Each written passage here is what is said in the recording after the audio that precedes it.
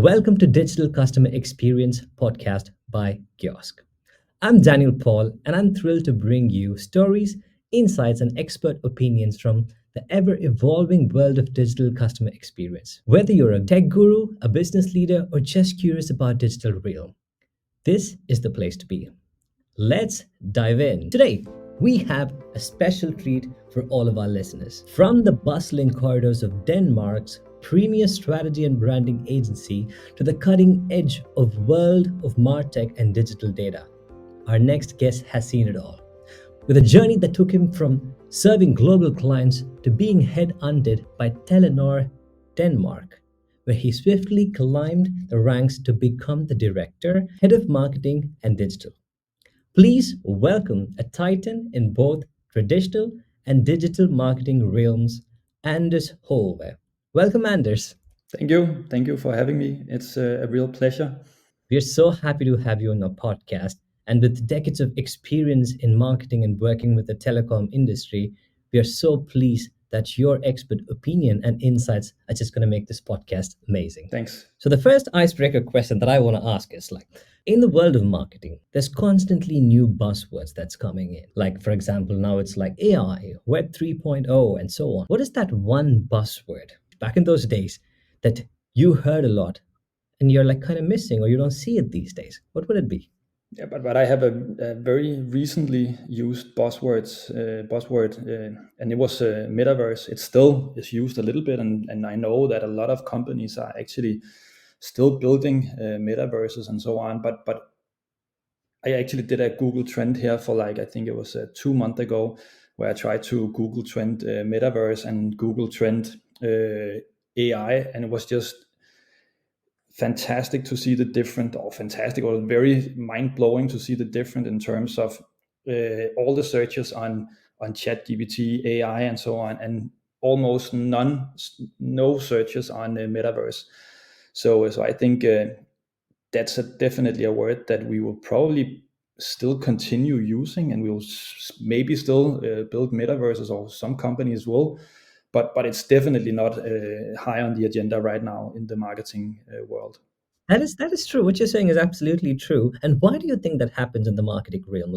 When there's a buzzword, everyone uses it. Also, the fact that Web 3.0 or 2.0, people keep continuing to use that or adapt it. Why does the buzzword stop? Are people constantly looking for some new things that they could catch on, a shiny object syndrome? What are your thoughts on that? But I think agencies and consultancy companies definitely have a big interest in terms of really trying to push these new buzzwords, because new buzzwords, new stuff, new project will create and demand new projects for agencies, consultancies, and so on. So they definitely have a big interest in trying to really create awareness and focus on these buzzwords.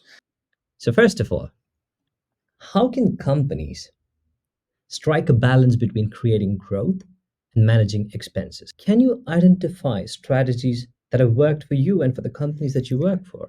Yeah, I can try to, but it's definitely not easy to both create growth and then also reduce cost at the same time. This is actually a pretty huge challenge, because you normally say that hey, it costs money to make money. So if you want to create growth, you probably need to invest in some areas. So really creating growth and then also saving expenses or creating a better bottom line is definitely not easy. If I should try to put some steps on, or some tangible steps on, I would definitely look into evaluating the organization, try to simplify and or even maybe cut some processes. That's where we in Telenor has definitely seen some pretty good effects.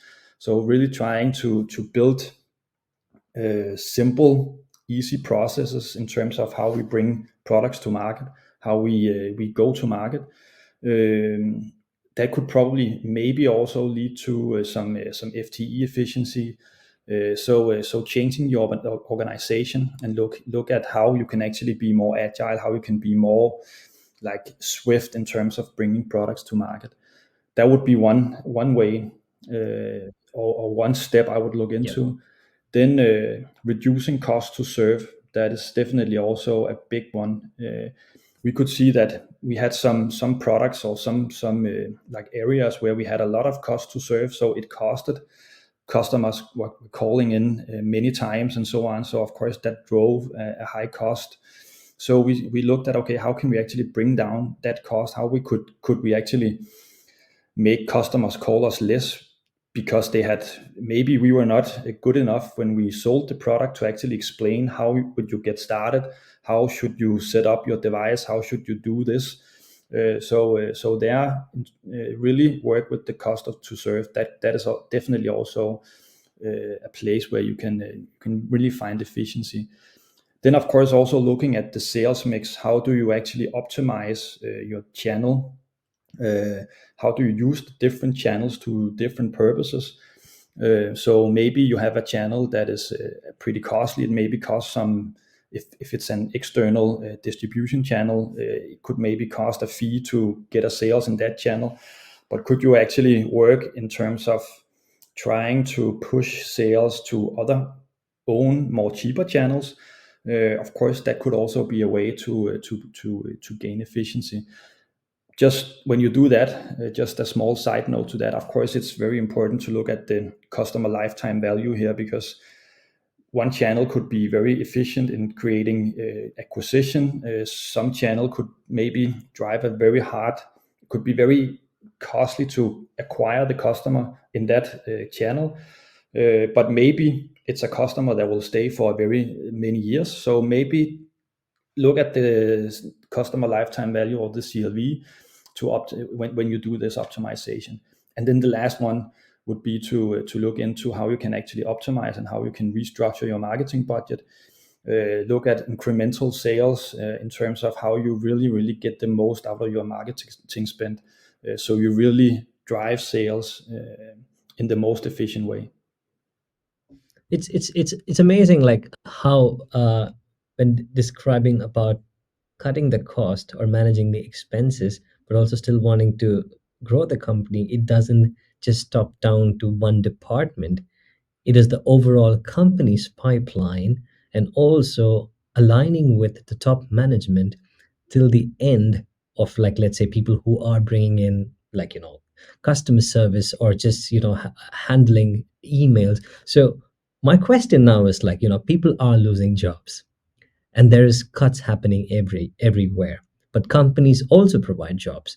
So do you think now the introduction of AI is more advantageous to the company in cutting down people? What are your thoughts on that? Because we as marketers, we know AI is coming in fast. What are your thoughts on managing expenses using AI? I think AI can definitely do a fantastic job in creating more efficient organizations.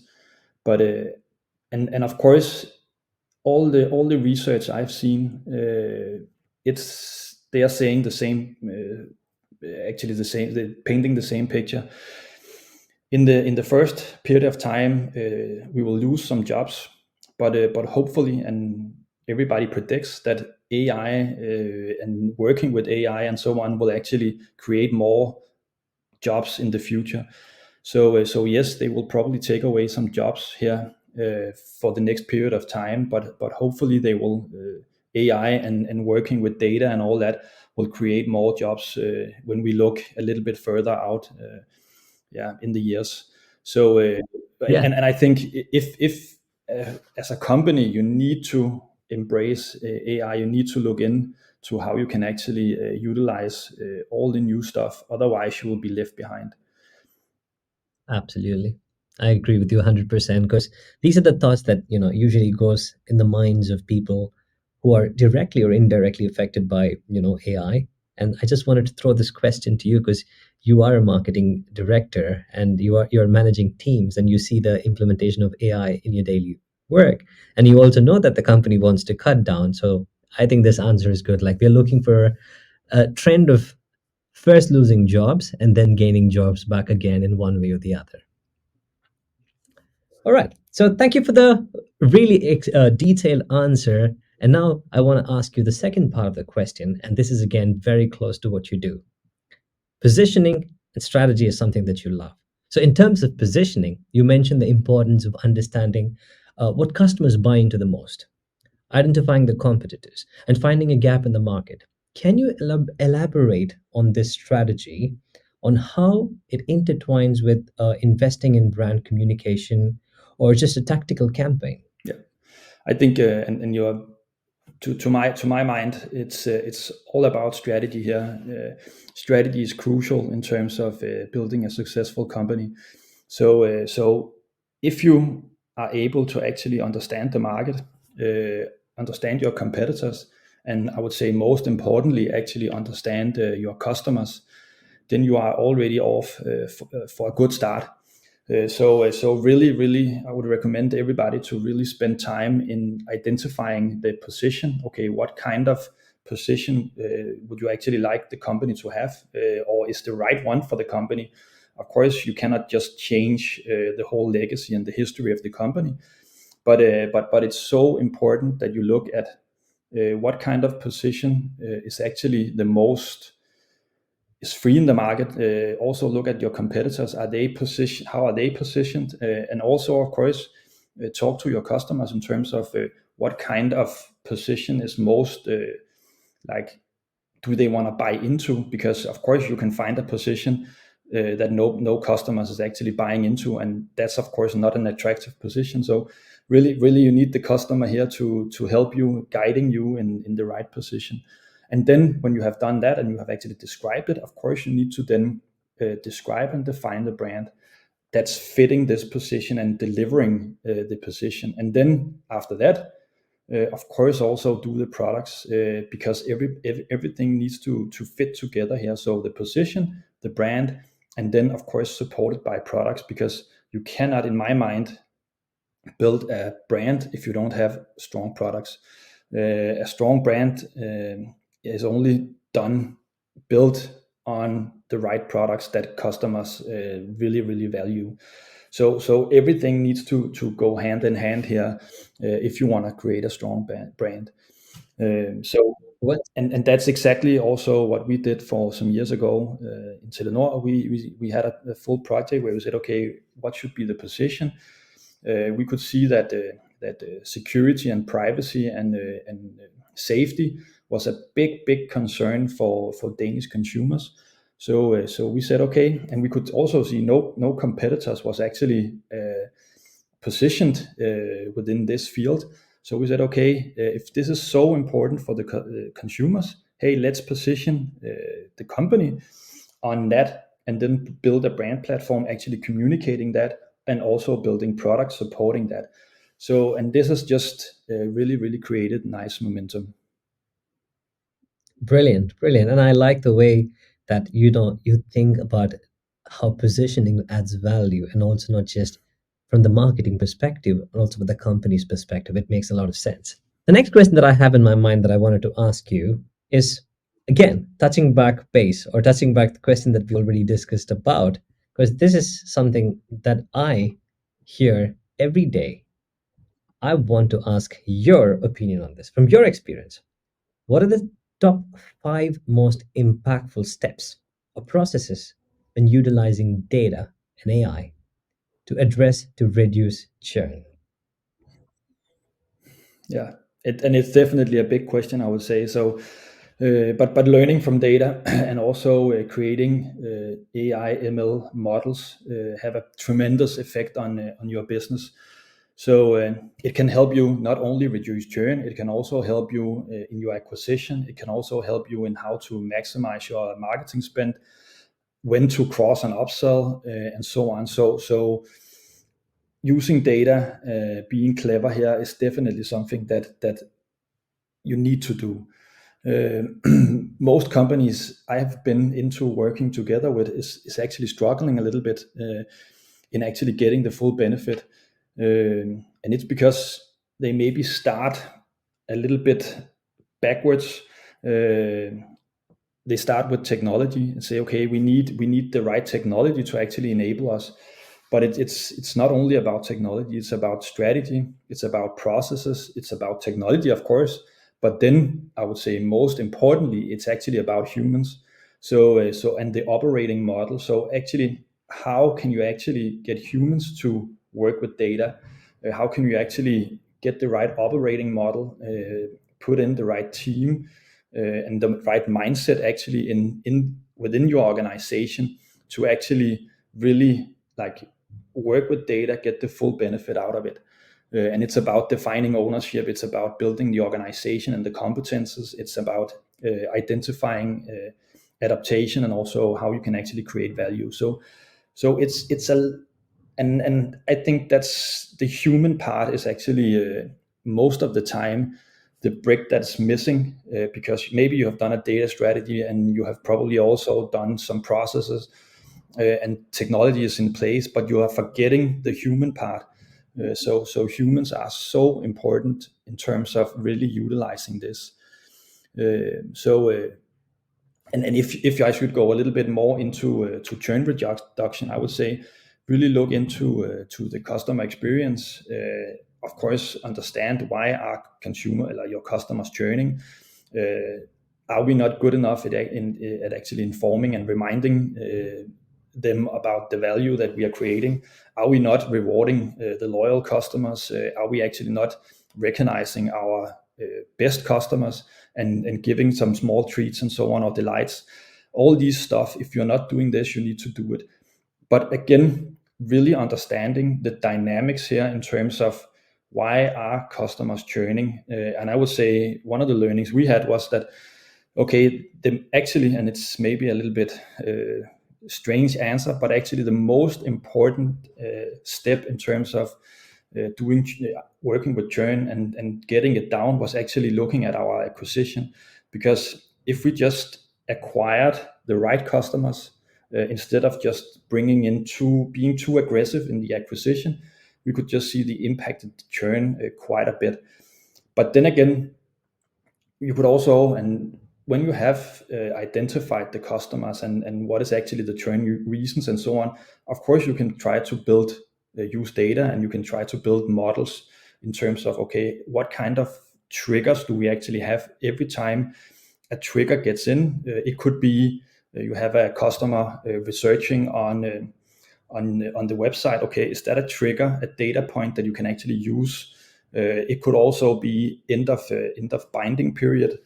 So in Denmark, when we sell a device, we bind people for 6 months, and then after that period, you are free to go to another supplier or operator. That's of course also a crucial moment. So can we actually rebind? Could we do something here? And we have actually built some models to actually predict churn based on data. So we can see, okay, where is actually the right moment? What are the right triggers to really, okay, here we have a customer, here we need to do an effort. It could be send an email with a new offer. It could be a push message in the app. It could also be outbound call to the customer, say, hey, are you happy? Could we do something here? Of course, before they churn, because if they have churned, it's too late. Then it's another game. Then it's trying to win them back. Oh, I really love all of these steps that you've broken down, because people usually, let's say from the marketing angle, we try to get as many leads as possible. As you said, acquisition is really important. It has to be a qualified lead, even if they buy, if their interest levels are not same as the one that actually wants to buy a product, the chance of churning is higher. And the next the next interesting thing that I also find is that you need to have a system in place when you know this is the time, like the fifth month, third week, you know that they're gonna, they have the chance of moving to another customer, and the strategy needs to be in place even before they become a customer. And there needs to be a follow-up strategy. There needs to be like a marketing material, sales collateral around it, and people need to know what to call and talk to them. And these are the strategies. I think, it's very helpful for any businesses. So thank you for that. This is super, super valuable. And if I should just say, okay, how to actually get started, and actually say, okay, 5 steps here to actually get started, I would say understand and analyze the customer before you actually can reduce churn. You need to understand it. Then analyze data and actually make sure that you have the data available to actually do these kind of triggers and so on. Then build a hypothesis and actually test them. and remember to evaluate and then learn and then scale. Brilliant. 5 simple steps. I don't think they are rocket science, but they are proven to be very, very valuable. Love it. Love it. I'm gonna go to our last but one question, and this is something that I actually wanted to discuss, and this is a buzzword now. What are the top three insights you've gathered from omni-channel experiences' influence on the telecom industry? Really understanding the customers here and also the journey, because if you look at creating omni-channel experiences, you can be overwhelmed with all the stuff you can do and all the stuff you need to do to create an omni-channel experience. So really understand the customers, understand the journey they are going through, pinpoint the most important critical steps in the journey, and then focus there to say, okay, it could be onboarding, it could be uh, after 6 months or whatever, and it could also be in the purchase. So okay, it could be I can't see the same offers. I've bought in one channel, I can't return in another channel, and so on. If these are the most critical steps in the journey, start with those and focus on those, because otherwise it's a big task in creating a full omni-channel experience. So start small, and that would also see start small, test, learn, scale a little bit, as I said before, and then do it based on your customers and the journey. Thank you. Thank you very much, Anders. And we're almost coming to the end of the podcast, but this is a question I personally want to know. And just like me, all the other marketers who are listening to this wants to know.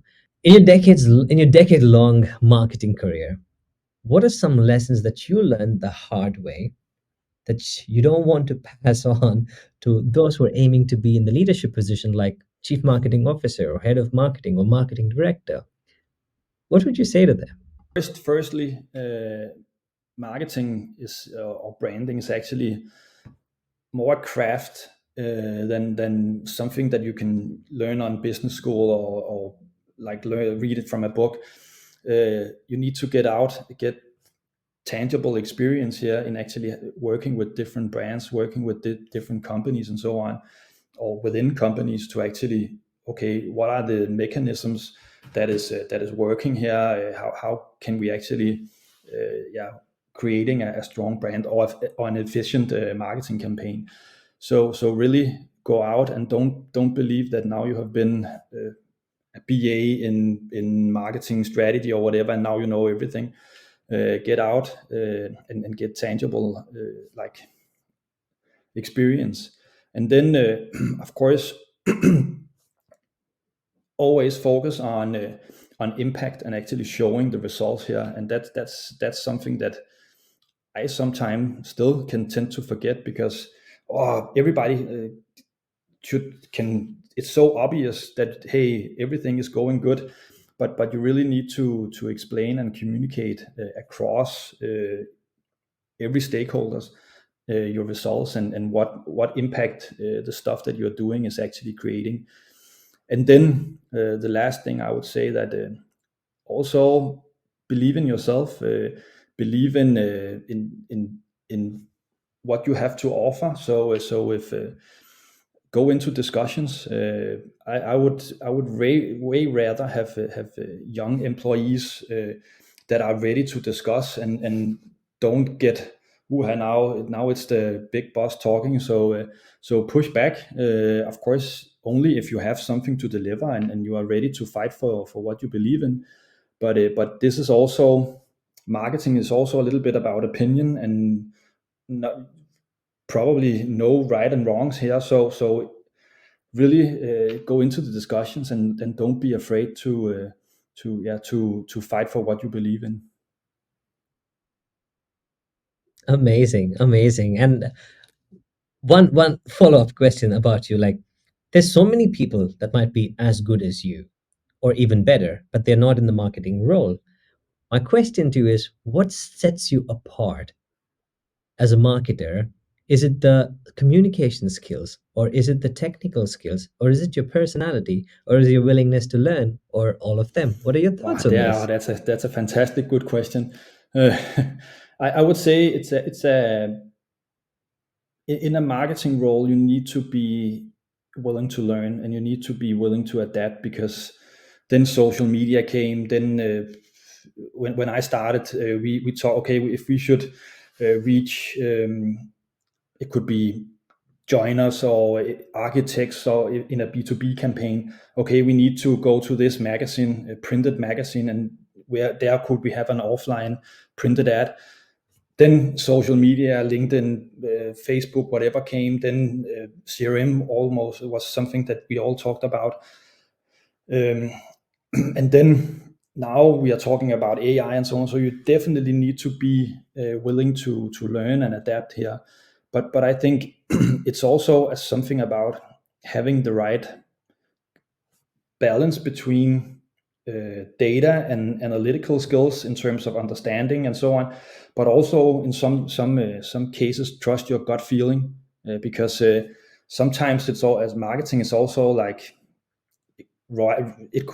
I could be just as right as you could be in some area, and sometimes you also need to test and trust your gut feeling here. So it's a full mix of a lot of different things that you need to put into play. Definitely not easy, but fun, Love fun. Love it. This is one of the best answers that I've gotten, hands down, because I read a book called Storytelling Through Data, and this is exactly what was mentioned in the book. They said the best leaders, the best marketers, the best business owners believe in the data, but they also believe in instinct. They just don't trust the data that much. They do trust the data, but it's their instinct, and the combination with the data makes them the great leaders. Anders, you are a great leader, and thank you for this amazing insight. This was a really heartfelt conversation. I've learned a lot from this. And to our viewers, if you enjoyed today's episode, don't forget to like, share, and subscribe for more in-depth discussions on the digital customer experience. Drop us a comment below with your thoughts and any questions you might have for future guests. Until next time, stay curious and keep innovating. Thank Thank you, you. It has been Anders. a real pleasure.